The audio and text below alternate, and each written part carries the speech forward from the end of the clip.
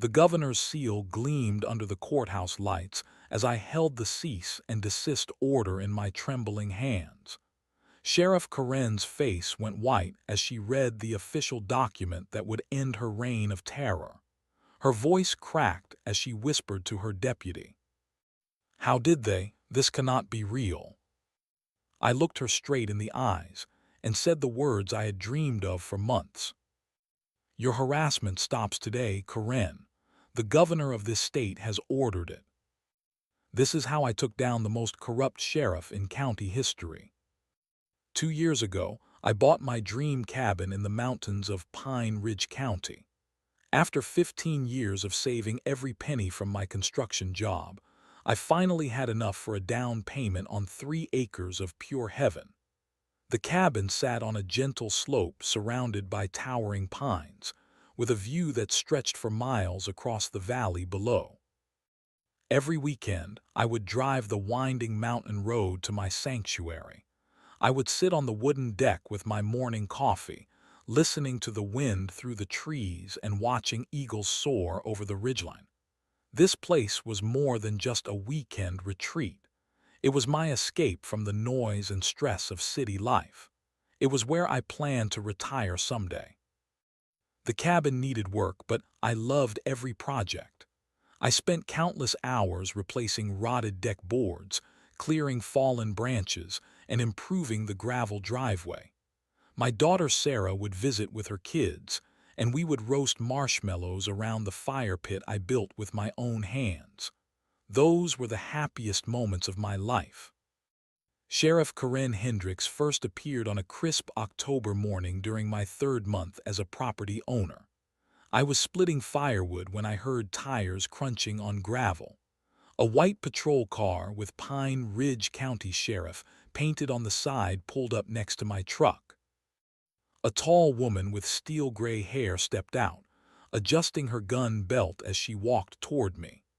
Her badge caught the sunlight, and her eyes were hidden behind dark sunglasses that she never removed during our entire conversation. "You the new owner here?" she asked, her voice flat and official. "Yes, ma'am. Just bought the place a few months ago. Beautiful area you have up here." She walked slowly around my property, taking notes on a small pad. She examined my septic tank cover, measured the distance from my cabin to the property line, and took photos of my fire pit.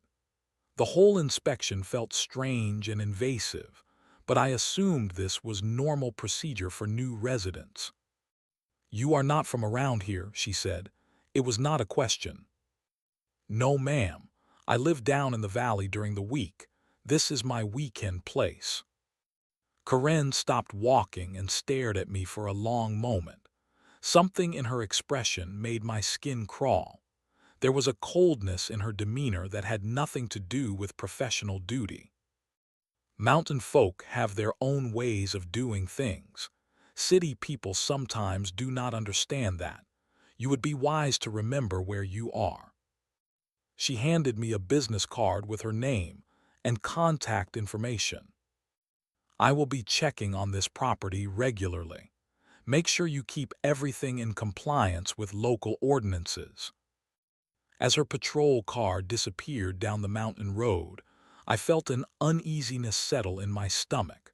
Something about that encounter did not feel right.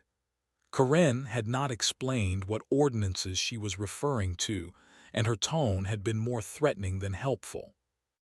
I tried to shake off the feeling, but I could not forget the way she had looked at me. Like I was an unwelcome intruder in her territory. Like I did not belong in these mountains. That night I called my neighbor Jim, who had lived on the mountain for 20 years. When I described my encounter with Sheriff Karen, there was a long silence on the phone. "She has been having problems with outsiders lately," Jim finally said. "Just keep your head down and do not give her any reason to hassle you." His warning would prove to be prophetic, but by then it was already too late. Karen had marked me as her next target, and nothing I could do would change that fact. 3 weeks later, Karen returned with her first citation. I was inside the cabin reading when I heard her car pull up. Through the window, I watched her walk around my property for 20 minutes, taking photos and measurements. When she finally knocked on my door, she had a clipboard full of paperwork. "I am citing you for an improper septic system inspection," she announced, handing me an official-looking document. "You need to have it pumped and inspected within 30 days, or you will face additional fines." I stared at the citation in confusion. The septic system had been inspected just 6 months ago as part of the property purchase. I showed Karen the inspection report from my closing documents. She barely glanced at the paperwork. "That inspection was done by the wrong company. You need to use a county-approved contractor. The list is at the courthouse."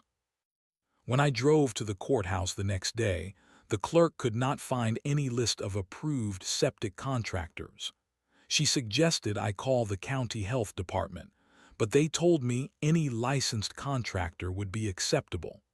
I called Karen's office to clarify the requirement.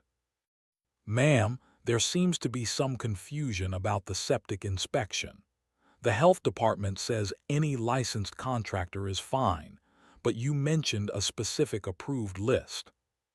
Her response was ice cold. "Are you questioning my authority? I am the sheriff of this county, and I know the ordinances better than some clerk at the health department. You have 25 days remaining to comply, or the fines will increase." The call ended with a click that echoed in my ear like a gunshot. I hired a septic contractor recommended by my neighbor Jim. The inspector spent an hour examining the system and declared it in perfect working order. He was confused when I explained about Karen's citation. "This system is practically new. There is absolutely nothing wrong with it. I have never heard of a sheriff getting involved in septic inspections anyway. That is usually handled by the health department." 2 days after the septic inspection was completed, Karen appeared at my cabin again. This time she had Deputy Marcus Collins with her, a thin man with nervous eyes who seemed uncomfortable with whatever they were about to do. "I see you had your septic inspected," Karen said, reviewing her notes. "But I noticed your fence is 6 inches too high according to county setback requirements." I looked at the fence in bewilderment. It was a simple 3-foot rail fence that the previous owner had installed years ago. It looked identical to every other property fence on the mountain. "Ma'am, this fence was here when I bought the property. The county inspection passed it during closing. Regulations change. You have 2 weeks to lower the fence or remove it entirely." Deputy Collins shifted uncomfortably behind her, avoiding eye contact with me. I could tell he knew this was wrong, but he was not going to challenge his boss. "Sheriff, with respect, this seems unreasonable. Can you show me the specific ordinance that requires fence modification?" Karen stepped closer to me, and I could see my reflection in her sunglasses. Her voice dropped to a whisper that somehow felt more threatening than shouting. "Son, you are new to this mountain. You do not understand how things work here. I am trying to help you avoid bigger problems. But if you want to make this difficult, I can make it very difficult for you." That night I could not sleep. I kept replaying the conversation in my mind, trying to understand what I had done to deserve this harassment. I had been respectful, compliant, and neighborly. I paid my taxes, followed all the rules I knew about, and tried to be a good addition to the community. But Karen was treating me like a criminal. Every interaction felt like an interrogation, and every citation seemed designed to cost me money and time rather than address any legitimate concern. I called Jim again and described the fence citation. "That is complete nonsense," he said. "Half the fences on this mountain are taller than yours. She is just messing with you because you are not from here." What should I do? There was another long pause. Honestly, I would consider selling the place and moving on. Karen has run off 3 other families in the past 2 years. She makes life miserable until people give up and leave. But I was not ready to give up. This cabin represented years of dreams and hard work. I was not going to let one corrupt sheriff steal my mountain paradise without a fight. Karen's harassment campaign escalated rapidly over the next 2 months. Every weekend brought a new citation for increasingly ridiculous violations. She cited me for having the wrong type of gravel in my driveway. She claimed my mailbox was positioned 3 inches too close to the road. She even issued a violation for excessive noise after hearing me using a chainsaw to clear fallen branches on a Saturday afternoon. Each citation came with a fine ranging from $50 to $200. More expensive than the fines was the time and money I spent trying to comply with Karen's ever-changing demands. I hired contractors, bought new materials, and made modifications to my property that served no purpose except satisfying her arbitrary requirements. The gravel citation was particularly infuriating. According to Karen, I needed to replace my entire driveway with county-approved crushed limestone instead of the river rock that had been there for years. When I called 3 different gravel suppliers, none of them had ever heard of a county requirement for specific gravel types on private driveways. I spent $800 having my driveway re-graveled, only to receive another citation 2 weeks later claiming the new gravel was improperly graded and created drainage issues. Karen suggested I might need to install a drainage system, which would cost thousands of dollars. My neighbor Jim watched the harassment with growing concern. One evening, he walked over while I was measuring my mailbox position for the 3rd time. "This has gone too far. Karen is completely out of line. Have you ever seen her do this to other people?" Jim nodded grimly. "The Hendersons, who own the place 2 miles down the road. She harassed them for 6 months with bogus citations until they sold their cabin and moved back to the city. Same thing happened to the young couple who bought the old Miller property. Karen made their lives miserable until they gave up." Why does she target out-of-town property owners? Because she can. We locals vote in the sheriff election. You do not. She knows she can bully you without political consequences. I tried appealing the citations through the county government, but I quickly discovered that Pine Ridge County operated like Karen's personal kingdom. The county commissioners were all local men who had known Karen for decades. When I attended a commission meeting to complain about harassment, they listened politely and promised to look into the matter. Nothing ever came of it. The local businesses were terrified of Karen too. When I tried to hire a lawyer in town, the attorney told me he was too busy to take my case. The contractor who had installed my new driveway gravel suddenly stopped returning my calls after Karen visited his shop. Even my insurance agent, who lived 50 miles away, warned me to be careful. Karen Hendricks has a reputation throughout the region. She has connections with state police and other county sheriffs. I would be very careful about making an enemy of her. The psychological toll was devastating. Every Friday afternoon, I would drive up the mountain with my stomach in knots, wondering what new violation Karen had invented while I was away. My peaceful weekend retreat had become a source of constant stress and anxiety. Sarah noticed the change during her next visit with the grandkids. "Dad, you seem really tense. I thought this place was supposed to help you relax." I tried to explain about Karen's harassment, but it sounded crazy even to my own ears. Who would believe that a county sheriff was waging a personal war against a cabin owner over fence heights and gravel types? Have you tried talking to someone higher up, like the state police or the attorney general? I do not even know where to start. Karen is the law up here. Everyone is afraid of her. That night, as I sat on my deck looking out at the mountain vista, I made a decision. I was not going to run away like the other families Karen had terrorized. This cabin meant too much to me, and what she was doing was wrong. If Karen wanted a fight, I would give her one. But I would fight smart, using the law instead of backing down to her bullying tactics. The question was, how do you fight someone who thinks she is above the law? I started documenting everything. Every citation, every conversation, every interaction with Karen or her deputies got recorded in a detailed log. I bought a small digital camera and photographed every violation she claimed, along with similar conditions on neighboring properties that she ignored.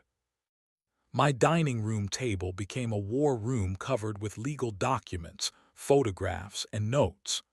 I spent hours researching Pine Ridge County ordinances online, trying to find the regulations Karen claimed I was violating.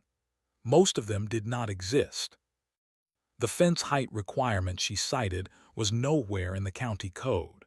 The gravel specification was completely fabricated.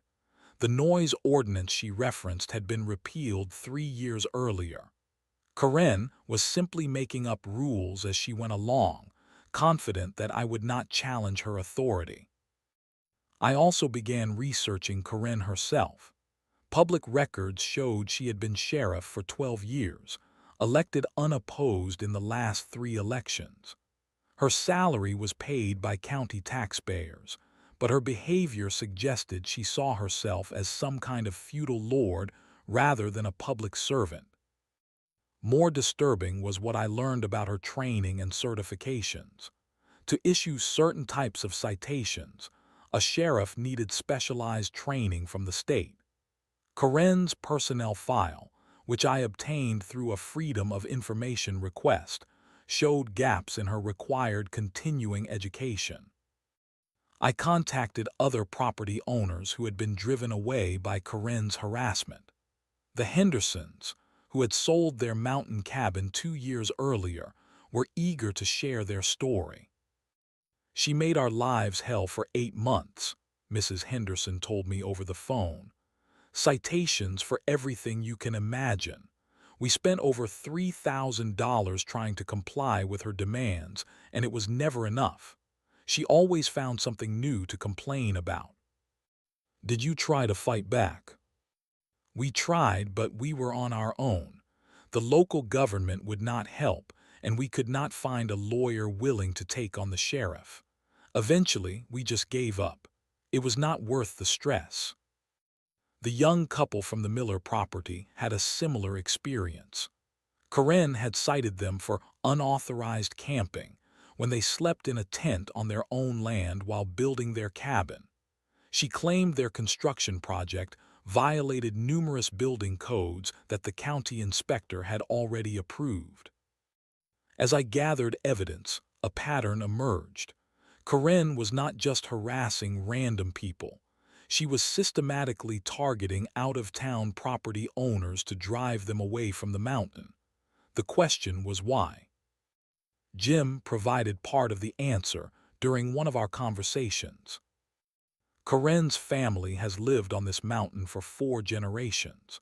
Her grandfather used to own most of the land that got subdivided and sold to outsiders. She sees every new cabin as an invasion of her family's territory. But she does not own the land anymore. People have the right to buy property here. Try telling that to Karen.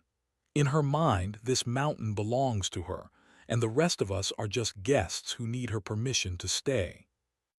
I also discovered that Karen had financial connections to several local businesses that benefited from her harassment campaign. The contractor she forced people to use for septic inspections was her brother-in-law.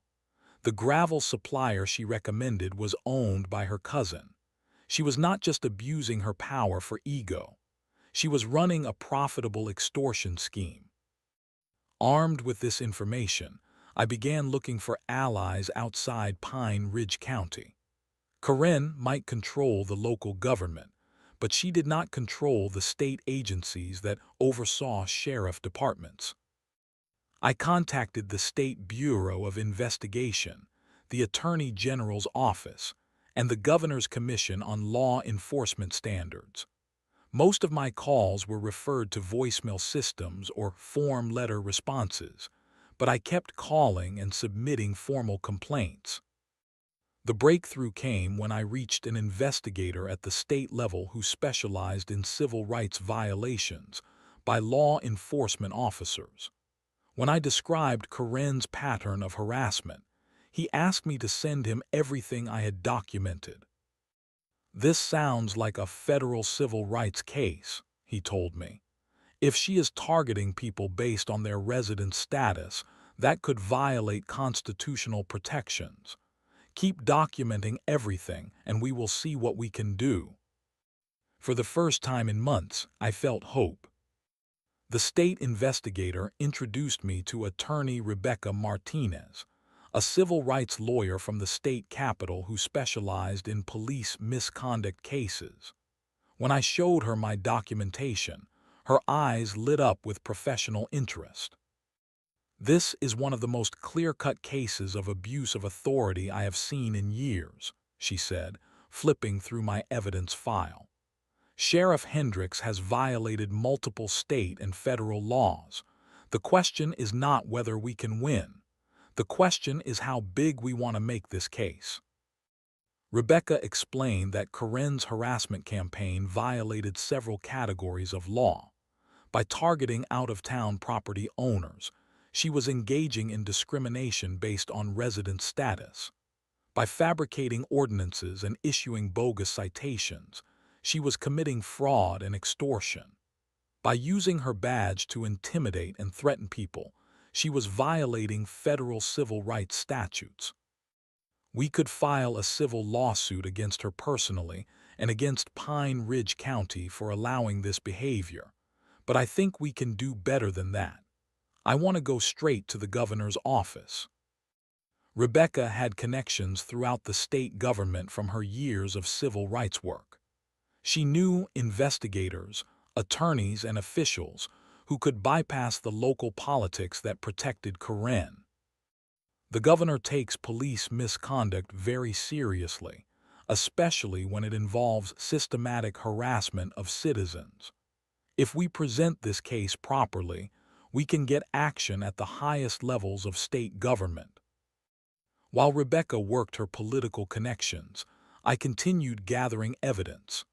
I installed security cameras around my cabin to document Karen's visits and behavior. I recorded phone conversations where she made threats and demands. I collected statements from other victims of her harassment. The breakthrough came when Rebecca discovered that Karen lacked proper certification for half the citations she had issued.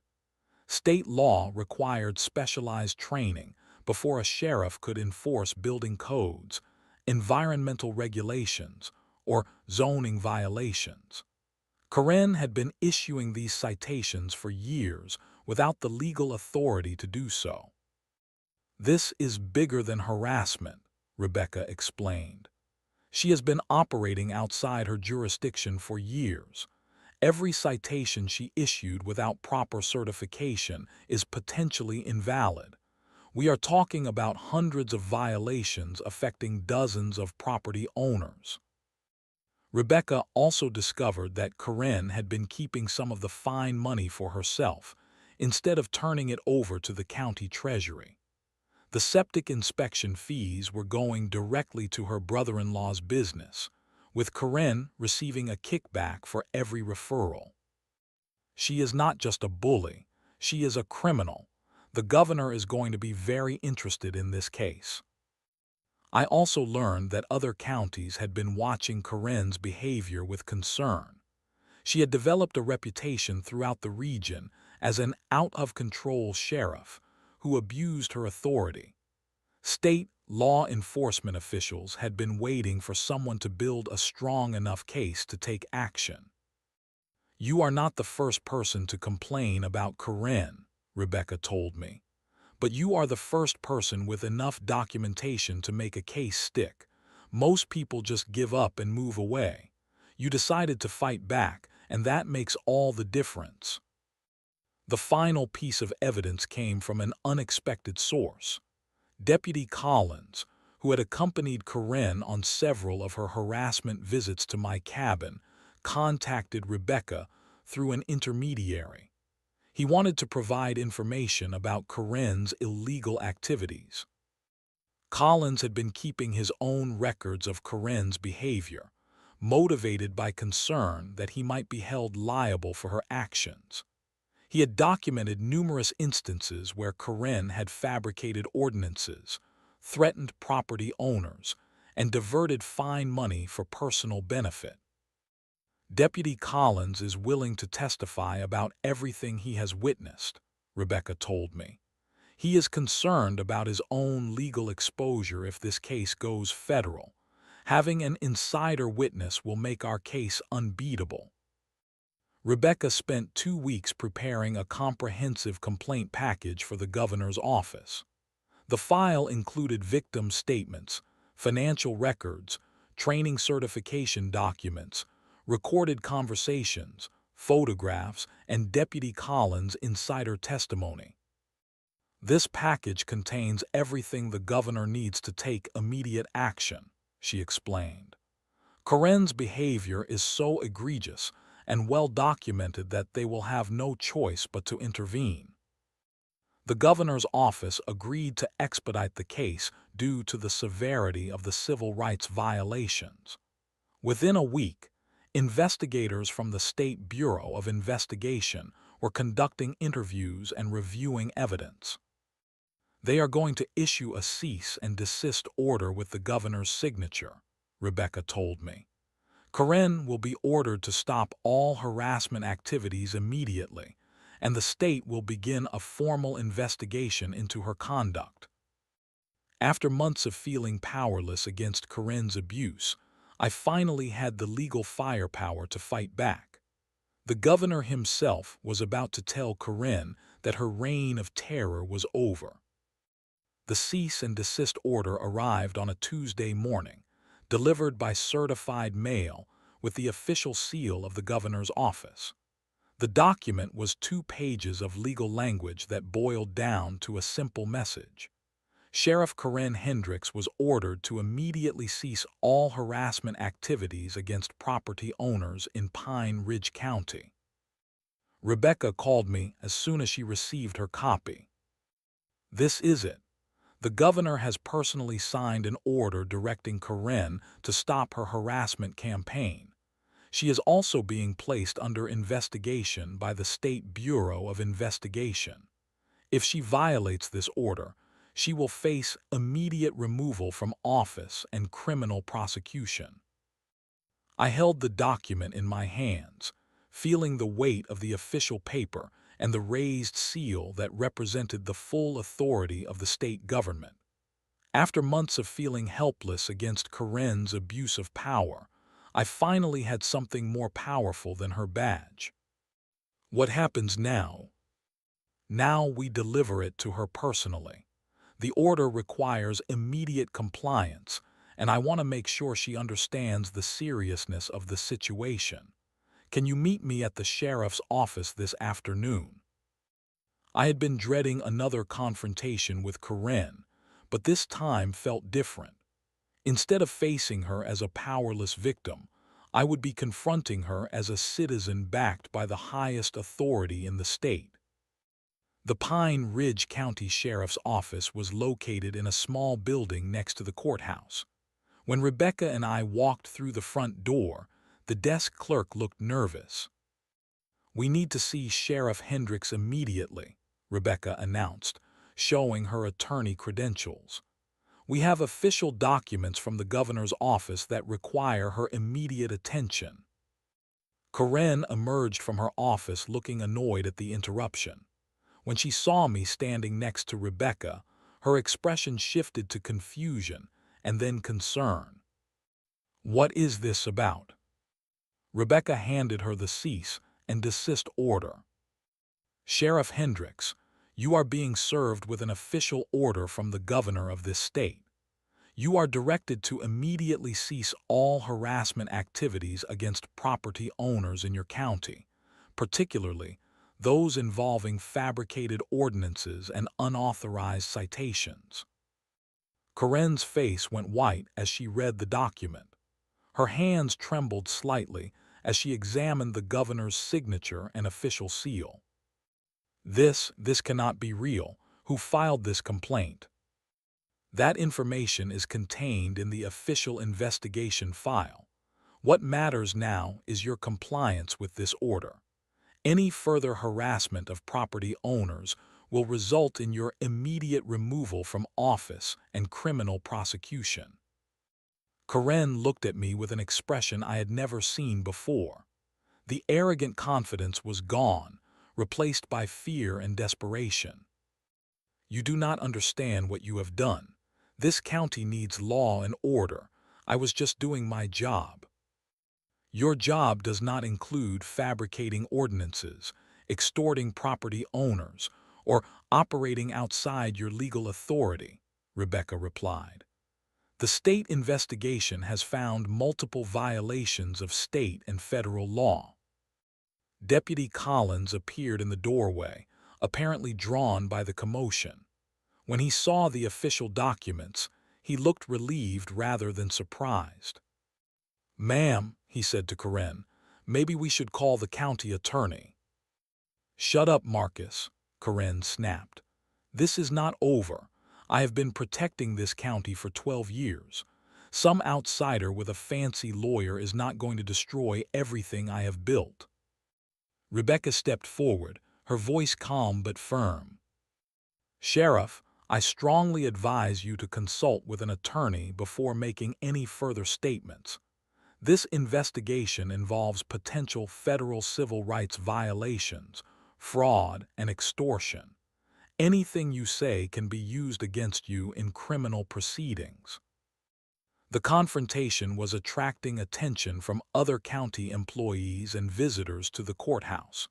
People were gathering in the hallway, whispering and pointing at the official documents.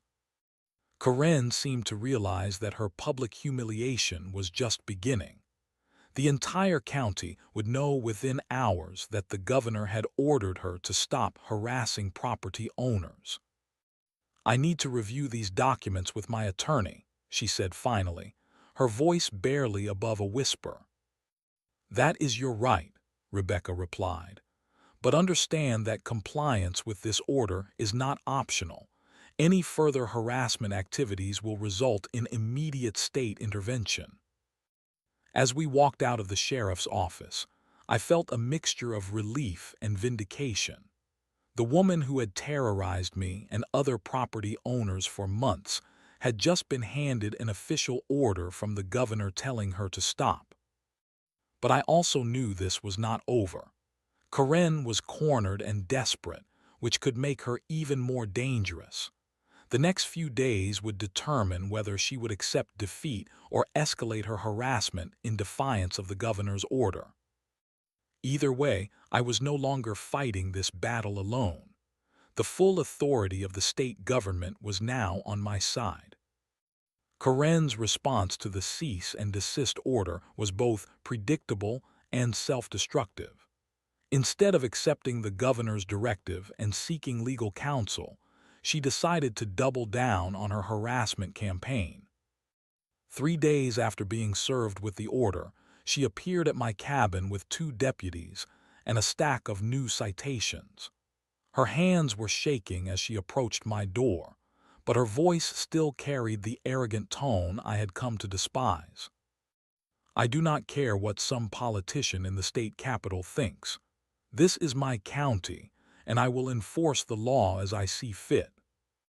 I had been expecting this confrontation and was recording everything on my phone. "Sheriff, You are in violation of a direct order from the governor. Any further harassment activities will result in your immediate removal from office. That order is meaningless. Some liberal judge will throw it out, and things will go back to normal. In the meantime, you are being cited for unauthorized recording of law enforcement activities. She handed me a citation for a law that did not exist. Recording police activities in public spaces was completely legal, and she knew it. Within an hour of Karen's visit, Rebecca had contacted the State Bureau of Investigation. By evening, 2 state investigators were at my cabin taking statements and reviewing the new citations. Sheriff Hendricks has just committed career suicide, one of the investigators told me. Violating a governor's order is grounds for immediate removal. The Attorney General's office will have her badge by tomorrow morning. The investigators were right. The next morning, state officials arrived at the Pine Ridge County Sheriff's Office with an order removing Karen from her position pending a full investigation. Deputy Collins was named acting sheriff until a replacement could be appointed. Karen's removal triggered an avalanche of complaints from other victims of her harassment. Property owners who had been afraid to speak out while she was in power now came forward with their stories. The Henderson family returned to testify about their experience. The young couple from the Miller property provided documentation of Karen's harassment campaign against them. The state investigation also uncovered the financial corruption that Rebecca and I had suspected. Karen had been diverting citation fees to family members' businesses and receiving kickbacks for mandatory referrals. The total amount of stolen funds exceeded $50,000 over 3 years. Deputy Collins proved to be a valuable witness for the state investigation. He provided detailed testimony about Karen's illegal activities, including instances where she had ordered him to issue citations for non-existent violations. I knew what she was doing was wrong, but I was afraid to speak up, he told investigators. She controlled everything in this county. If you crossed her, she would destroy your career and your family. The Pine Ridge County Commission, which had ignored complaints about Karen for years, suddenly became very interested in law enforcement reform. They hired an independent consultant to review all citation procedures and promised to implement new oversight measures.